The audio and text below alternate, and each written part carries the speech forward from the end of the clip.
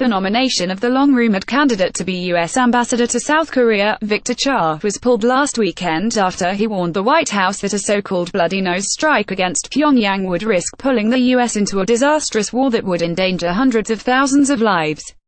That's largely in line with the caution that's being urged by Defense Secretary James Mattis and Secretary of State Rex Tillerson. But others in the administration, including President Donald Trump's national security advisor H.R. McMaster, have insisted that a military strike be considered as a serious option as a way to exact maximum pressure on Pyongyang.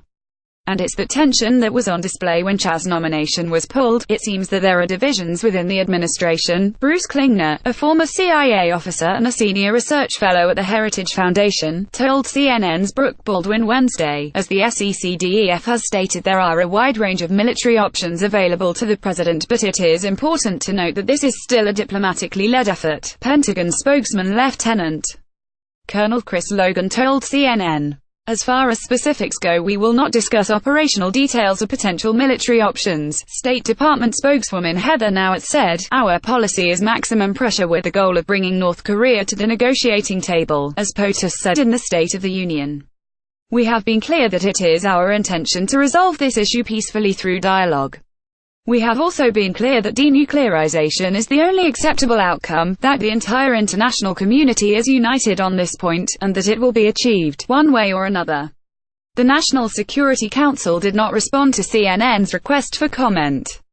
Months after the administration began the proceedings leading up to a nomination, Cha was asked by NSC officials whether he felt prepared to manage diplomatic efforts that would surround such a strike, including the potential evacuation of American civilians from Seoul. A source familiar with the dynamic told CNN, Cha expressed concerns about such a strike, which he laid out in a Washington Post op-ed on Tuesday.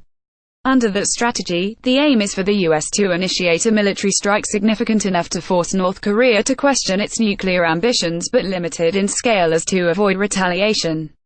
After the exchange with Cha, the White House went mostly silent, even as the South Koreans were in the process of approving his nomination in the process known as agreement. Ultimately, some White House officials feared that nominating someone opposed to such a strike could undermine that military option in the eyes of members of Congress and administration officials, according to the source familiar with the debate. They feared Cha would become a pawn in the intra-administration debate over the bloody nose strike, both during his confirmation hearings and when installed at the embassy in Seoul, the source said. A senior State Department official said, Dr. Cha's policy views have never been a factor in this process. McMaster has emerged as a leading administration voice in preparing for such action and has been backed up by the NSC's top Asia official, Matt Pottinger, according to the source. Another source acknowledged an internal discrepancy on the bloody nose strategy between the hawkish NSC and several top administration officials, including Mattis and Tillerson, who have advocated a more cautious approach. But the continued push to legitimize a limited preemptive strike option is raising questions, even outside the administration. The idea of a bloody nose strike against North Korea makes little sense, because it has the potential for escalating response and strategic miscalculation, while gaining little concrete advantage, said Jamil N. Jaffer, founder of GMU's National Security Institute and former chief counsel to the Senate Foreign Relations Committee. A more sensible approach to further North Korean aggression would be a significant change to our military posture in the region, said Jaffer, who also served in the Bush White House and is currently a visiting fellow at the Hoover Institution. North Korea analyst Gordon Chang says the decision to pull Cha is ominous. It means that people are seriously considering a strike on North Korea, Chang said. This is an indication that we are headed to war. And there are so many other options that the United States can pursue, and we are not having meaningful discussions, including sanctions on North Korea's backers and more sanctions in general, in discussions about any military option, including a limited strike. Mattis and chairman of the Joint Chiefs of Staff Gen.